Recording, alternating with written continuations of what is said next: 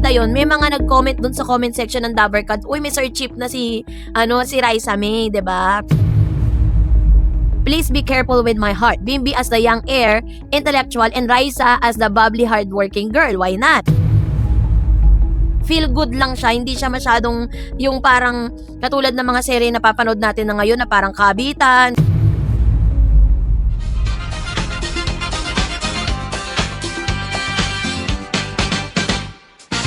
Miss Raisa May Dizon. Abay, ito na ata yung sinasabi nilang mensahe. Direktang mensahe ni Raisa para kay Mr. Bimbi Aquino Yap. Dahil talaga naman pinag-usapan ito online. Kaya naman hold on mga Marites community. Magsasama-sama muna tayo sa isa pang big scale emergency meeting. Kung akala nyo ay matatapos na ang maybe hype sa simpleng harutan at kulitan sa bulagaan, girl, boy, bakla, tomboy, mistaken. Dahil ang duet ni Bimbi Aquino Yap at Raisa May Dizon, ang klasikong kanta ng Please Be Careful With My Heart, ay nagdulot ng isang national nostalgia revolution. Dahil sa kanilang iconic rendition, nagkaisambong Pinoy netizen universe at ang social media algorithm na ipawagayway ang isang malaking petisyon.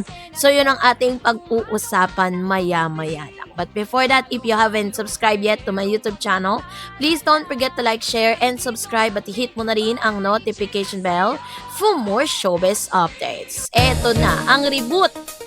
At pero higit sa pagpapanumbalik ng mga nostalgic or ng Maya Sir Chip tandem kasi matapos nga silang makita na parang meron silang tinatawag na magandang chemistry when they sang the Please Be Careful With My Heart, na parang bumabalik tayo sa era ni Sir Chip, ang reboot o sequel ng legendary ABS-CBN Pinoy classic serye na Please Be Careful With My Heart. Pero higit sa pagpapanumbalik ng nostalgia ng Maya Sir Chip tandem nina Jody Santa Maria at Richard Yap, may mas malalim at mas nakakakilig at mas nakakadilulu na kahulugan ng kantang ito para kay Raisa May at Bimbi. So, ito yung ilan sa mga ultra spicy, highly analytical at 100% kilig commentary breakdown sa panibagong chapter na ito ng ating paboritong tandem. Let's go! Ito na, The Phenomena. Mula duet hanggang serie reboot campaign, paano nga ba humantong ang isang simpleng song request sa studio sa isang malawakang online movement? I-trace natin ang timeline ng mga pangyayari. The song performance. Kumanta sina Bimbi at Raisa May ng Please Be Careful With My Heart sa noontime broadcast bilang tugon sa hirit ng Dabarcad's host, 'di ba? So panoorin natin 'to. See?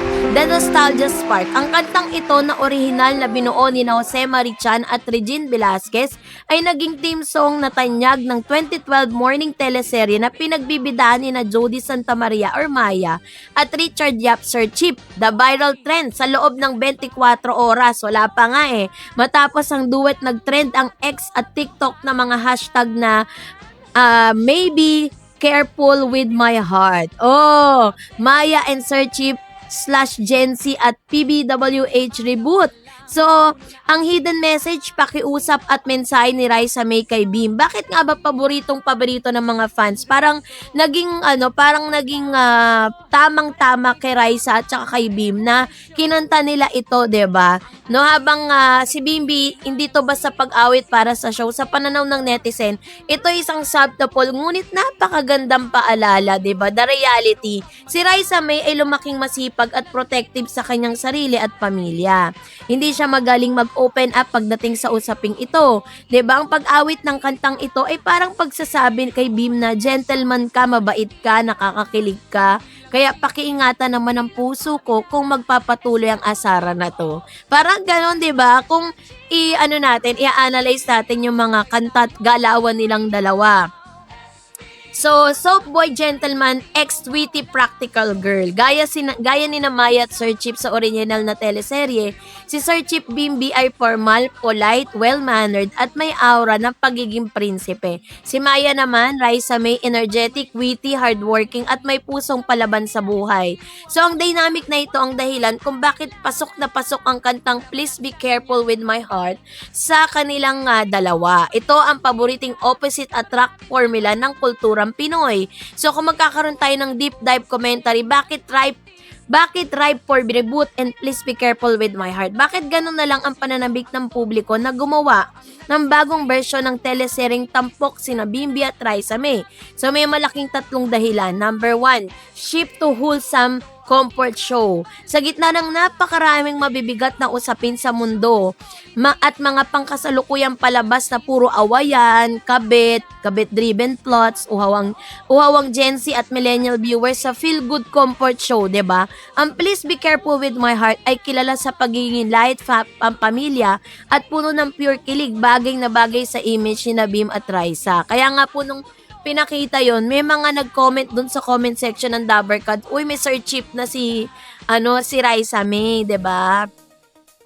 The Showbiz Culture Legacy Bridge. Si Bimbi ay nagmula sa pamilya ng media queen or Chris Aquino habang si Raisa naman ay pinalaki sa tahanan ng TVJ at Itbulaga. Ang pagsasama nila sa isang romantikong proyekto ay parang pagsasama ng dalawang magkaibang haligi ng Philippine entertainment history. So sa modern Gen Z twist, kung magkakaroon man ng 2026 remake, pwedeng ipakita ang usapin ng working student gaya ng kanilang mga pangarap, 'di ba? Mag-aaral sila. Ang usapin ng respect and boundaries sa modern dating at ang pagbalanse ng career at academics at pag-ibig. So, hindi rin nagpahuli ang ilan sa mga social media netizens sa pagbibigay ng kanilang mga nakakatuwang pitch sa loobin tungkol sa tambalang ito, 'di ba? The Kapamilya Dabarcads. If ABS-CBN and TV5 Itbulaga can collaborate, please give us a maybe remake of Please Be Careful with My Heart. Bimbi as the young heir, intellectual, and Raisa as the bubbly hardworking girl. Why not? And then sabi ni TikTok Marites, nung kumanta si Raisa habang nagbablush si Bim, naramdaman ko yung butterfly sa tiyan ko. Grabe ang chemistry, hindi pilit. And then sabi ni Pinoy Serye Analyst, the lyrics of Please Be Careful with My Heart literally summarize their dynamic, very respectful and very protective, very demure. And then sabi dito, final thoughts, a song of pure nostalgia and future hopes. Ang pag-awit ni Bimbi Aquino, Yap at Raisa May Dizon, ng Please Be Careful with My Heart, ay ang patunay na ang tunay na chemistry ay magandang musika ay walang kumpas. Nakakatouch man ito sa ating nostalgia para sa mga klasikong teleserye. Nagbukas din naman ito ng bagong pinto para sa hinaharap ng dalawang young star. Malay natin sa mga susunod na buwan, 'di ba? Hindi lang ang tanghaling tapat natin sila mapapanood, kundi sarili na nilang romantic comedy series. Hindi po yun imposible. Hanggang sa muli, mga Dabarcads, 'di ba? Hindi po imposible na magkaroon sila ng ganito kasi nakikita naman natin kung gaano po katindi yung dynamics nitong si Raisa May Dizon at si Bimbi Aquino, Yap. At bagay na bagay din sa pagkatao ni Bim kung gaganap siya bilang isang piloto. Kasi 'di ba sa parang si Richard Yap doon ay isang pilot, mayaman siya. Tapos si Jody Santa Maria bilang Maya naman is galing siya sa mahirap na pamilya at lumuwas siya ng Maynila para mag-aral. At doon sila nagkatagpo nitong si Mr. Richard Yap na isang byudo, namatay yung kanyang asawa, naiwan yung kanyang 3 anak. At si Maya, naghahanap siya ng mag-aalaga sa mga anak niya. At si Maya yung na-bump niya na nanghingi ng tulong sa kanya para po siya makapagtrabaho habang ipinagpapatuloy yung kanyang pangarap. And this is really a good series. Feel good lang siya. Hindi siya masyadong yung parang katulad ng mga serye na papanood natin na ngayon na parang kabitan, 'di ba? Kung ano-anong mga hindi magagandang storyline. This time napakaganda nun para sa kanilang dalawa. Kaya naman hanggang sa muli, Dabarcads, ingatan ang mga puso at manatiling kinikilig.